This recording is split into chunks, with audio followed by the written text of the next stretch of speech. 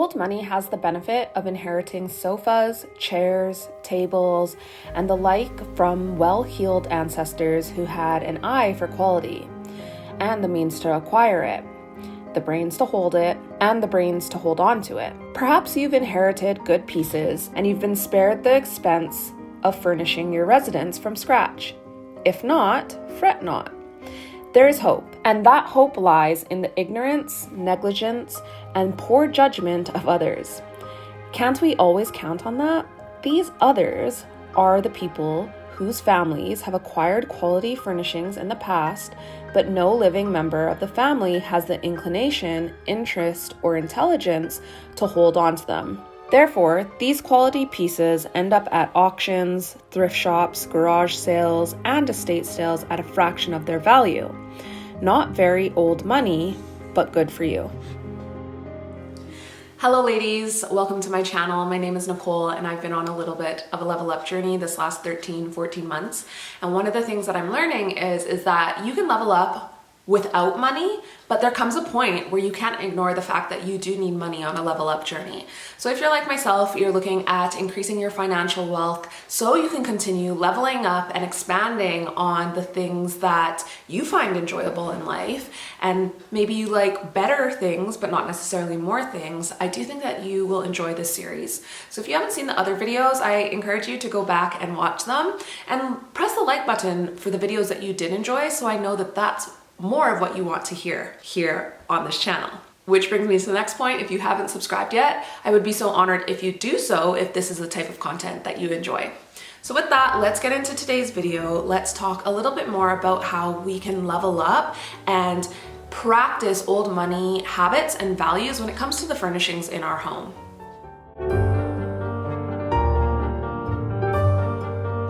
So my journey with furnishings in the home has been a little bit of everything that they talked about in this book, the Old Money book, How to Live Better While Spending Less. And so I have experienced buying the cheaper items, and I have experienced going to the thrift store or the antique store and picking up items from there.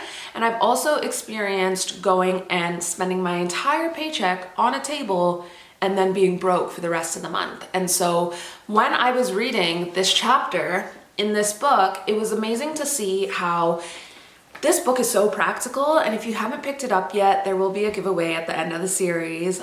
But I do urge you, if you haven't picked it up yet, that it's a very easy read, it's very affordable, and I do urge you to pick it up because what you learn in this book is so practical, and it's been amazing to me to see what they're saying has such sense to it that I can look back in the areas of my life and see how I made these mistakes and then how I recovered and recouped from these mistakes. So, as I mentioned, I can see myself in every area that they talked about in this chapter. And if you are new here, you may not know I'm Canadian, but I now live in the UK. And I do own a house in Canada, and I did have it furnished. And through furnishing my first home, I learned, okay, I can't just go to the store and buy the 5-piece sectional, nor did it fit my aesthetic style. And that was one of the things that they talk about in this book, that if you can't afford certain things, you can go and look at antique shops, you can go to auctions, you can go to thrift shops. And before I moved to the UK, almost all of my furniture was thrifted and then reupholstered. And not only did it have more character, but I was able to put my complete personal style and spin on it. And now, since moving to the UK, there are amazing charity shops and thrift shops and antique stores. But what I'm noticing is that if you go to an antique shop, that is where you're going to be spending a more premium price tag. If you go to a thrift shop or a charity shop or a, what do they call it? Or a thrift store, I think is what North Americans call it. I've been here too long. That's where you might find those pieces that are a little bit more like the diamonds in the rough. Maybe it is somebody who their grandparent has died and they don't see the value in the furniture there, and so they just bring it to like a Goodwill. And you can find secret little treasures in these places. Now, another thing that they've spoken about in this book is going to auction houses. Now, I'm not somebody that has ever gone to an auction house. I want to. I think when I learned about them, I was already in the process of moving over from Canada to the UK. And then now that I live here in the UK, I don't have a vehicle because I don't drive here. I can drive, but I don't drive here just yet, although that is coming very soon. And so with that, I haven't gone to any auction houses here, but I can imagine there are some true gems there. Now, the things that you will see with either furniture that is antiques or just from a different generation is they are made with such quality, which brings me to buying quality over quantity and why you might want to go to a auction or a thrift store or a charity shop or something of the sort is that you are going to get an item that is of better quality, and then by time, if you wanted to reupholster, paint, etc., you're still spending less than what you would pay for a new high quality item from the stores now. So putting it into perspective for you, this little table right here is so cheap. And with it being so cheap, it is flimsy, it is falling down, etc., but it was what I could afford at the time. Now, in this book, they talk about how we shouldn't rush to get these things done. And when I bought this, I was rushing. I was rushing to get this house furnished, and so I bought something cheap. Whereas if I just held off for a little bit, I know I could have found something that was not only a better quality, but fit our personal aesthetic a little bit more if I had known it at the time. So that's one of the biggest takeaways I've had from this chapter is don't be rushing in to go and do these things. And it takes some time to understand what your personal style is. Which brings me to my next point, because I read this book from Hill House Vintage.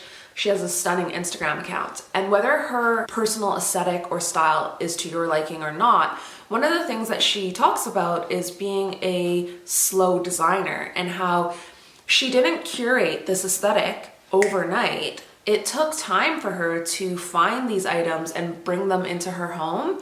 And that's why she's able to have such a solid and secure and visually appealing and cohesive brand, is that she didn't do it overnight. It took time to curate. So that is another old money habit that you might want to consider if you are looking at furnishing your home. So another thing that Paula mentions in this book is that she says that her personal style, she likes to refer to it as elegantly knackered. And I think that's something that I like for my own home. It's got more of a traditional feel, and it's got a little bangs and a little boshes, and it adds character to it. But the reason why I like this style for a home is that if anybody has purchased things brand new, it's pristine, and then they get one scratch on it, it is so disheartening. And so for me, I noticed that I started kind of leaning more to a elegantly knackered style because it was a lived in style. It was a way that I could elevate my home and make it look nice, in my opinion, but also not have a home be a museum. Because if you've made it to this point in the video, did any of you grow up with maybe grandparents or aunts who had the plastic on the couches and it was like you were in a museum whenever you went into the room? I have a few aunts like that, and you couldn't live in it. And so that's not how I want my home to be, but equally I want my home to feel as opulent as possible with honoring the comfort of it. So we've talked a little bit about knowing where to find these higher quality, maybe more vintage items, antique shops, charity shops. eBay is another amazing one. The shipping tends to be a little bit more expensive, but it's still less than if you found this item in a store. I've also noticed, especially since this kind of grand millennial style has come back in, is there are quite a few Instagram accounts that are maybe in places like England or upstate New York or New England, and they are thrifting these items and then creating Instagram accounts that sell these items. So you don't necessarily need to go into these thrift stores yourself, but typically if you are looking at these Instagram accounts, they are charging a premium price for it.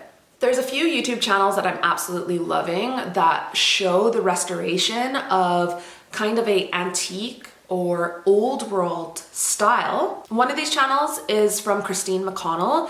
You may not like her aesthetic, but she is phenomenal at showing how you can restore wallpaper, how you can restore furniture, etc. It is a Gothic style, for the most part, but it's such an elegant way of doing it and it's pristine. Another channel I feel like I talk about all the time is Kylie Favell. She's Australian, but she lives in Italy, and she lives with her husband's, well, on the estate where her husband's family's from, and they're constantly restoring their old Tuscan farmhouse. And you're able to see how you can restore things, and usually these older vintage items are way better quality than if you went and bought them new. And also you can do it in a more financially sustainable manner. The last channel I want to talk about is a channel called How to Renovate a Chateau Without Killing Your Partner. And it's from a English wife and a Italian husband, and they're living in France.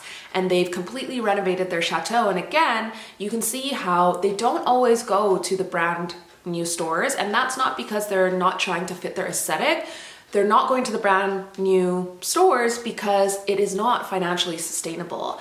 And when you look and see the quality that they have in the end, it far surpasses if they went and bought these items new. Now, I do want to quickly add, one of the things that they talk about in this book is that how if you are going to an auction house and you have a certain style, you're of a certain financial wealth, or you're trying to get there, you will often get to meet people that are of a similar background to you. They have similar interests to you. And so these are such great places, antique shops, auction houses, etc., that you can network with people that have a similar mindset to you. Once you've acquired a sofa or a set of chairs, you may want to have them reupholstered to suit your taste. Taste takes time. Find a fabric store in your area and select enough fabric to cover the furniture, and perhaps a little extra to have pillows made. They have illustrated charts for guidance. Nothing too splashy, flashy, or trashy. Elegant, timeless, durable, comfortable. You want anyone from the president to the prime minister to your local butcher to be able to come in your home and feel at home. You are not creating a showroom. You're creating a place in which to live on a daily basis. Refer to hardcover books that show pictures of old money residences rather than contemporary homes decorating magazines that cater to the middle class in the nouveau riche. So here are some helpful hints that I'm going to leave you with. 1, try to buy quality items. 2, if you are just getting things for your home, try to buy neutral items and then accessorize with items that add a pop of color. And then the last tip I'm going to leave you with is try to keep the tech items minimal or keep them hidden. One of the things that my husband and I are desperate for is a Samsung frame TV. We have quite an older model over here, and there are other things on our priority list at the minute, but when the time comes, we would love to get the Samsung frame because you can get it to look like pieces of art in your home, and it's not as jarring to see, and it keeps your home looking aesthetically pleasing. Anyways, ladies, that is it for this video. I hope you will join me in the next one where we continue this conversation about old money.